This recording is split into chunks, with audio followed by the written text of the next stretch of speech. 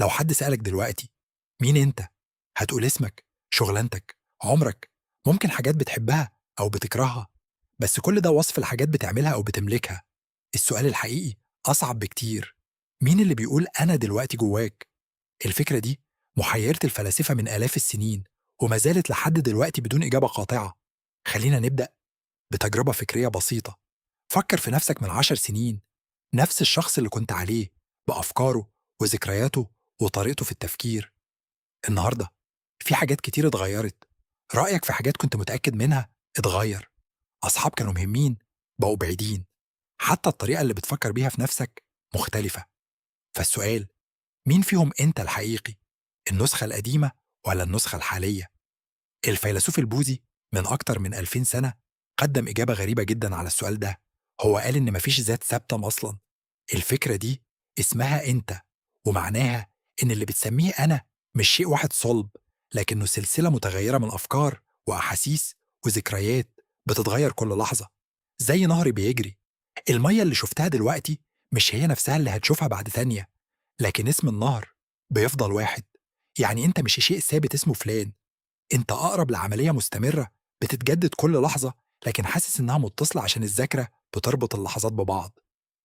الفيلسوف الاسكتلندي ديفيد هيوم وصل لنفس الفكرة تقريبا، لكن من زاوية مختلفة تماما بعد آلاف السنين وفي جزء تاني من العالم. هو قعد يدور جوه نفسه على الذات اللي المفروض موجودة، وقال إنه ملقاش غير أفكار وأحاسيس متتالية. مفيش حاجة اسمها أنا واقفة وراهم بتراقب، بس في سلسلة من التجارب بتحس إنها متصلة، لأن الذاكرة بتخليك تفتكرهم مع بعض. الفكرة دي بتقلب السؤال كله. إحنا متعودين نفكر في الذات كأنها غرفة فيها شخص قاعد جواها بيتفرج على الحياة من وراء عينينا، لكن هيوم بيقولك إن الغرفة دي فاضية، مفيش حد قاعد فيها. في بس أفكار بتيجي وبتروح، وإحنا بنحس إن في حد بيربطهم عشان الدماغ مصمم يخترع قصة متصلة.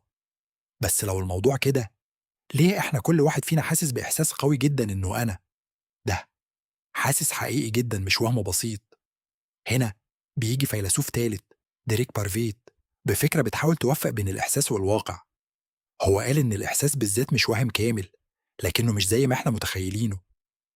مفيش أنت واحد ثابت من الميلاد للموت.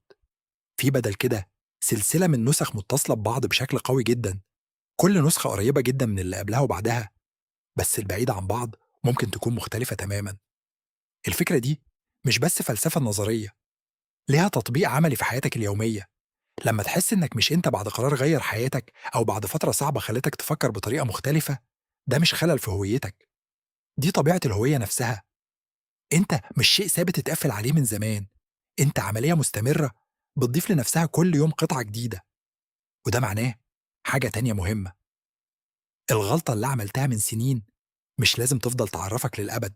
النسخة اللي عملتها مش نفس النسخة اللي موجودة دلوقتي بنفس الشكل بالظبط. وده مش هروب من المسؤولية، ده الاعتراف إن الإنسان قادر يتغير فعلا، مش بس على مستوى السلوك، لكن على مستوى الهوية نفسها. فالمرة الجاية اللي هتسأل نفسك أنا مين، جرب تسأل سؤال تاني بدل منه أنا عايز أكون مين بعد كده. السؤال الأول بيدور لك على إجابة ثابتة مش موجودة، السؤال التاني بيديك القدرة إنك تكتب الإجابة بنفسك لحظة بلحظة.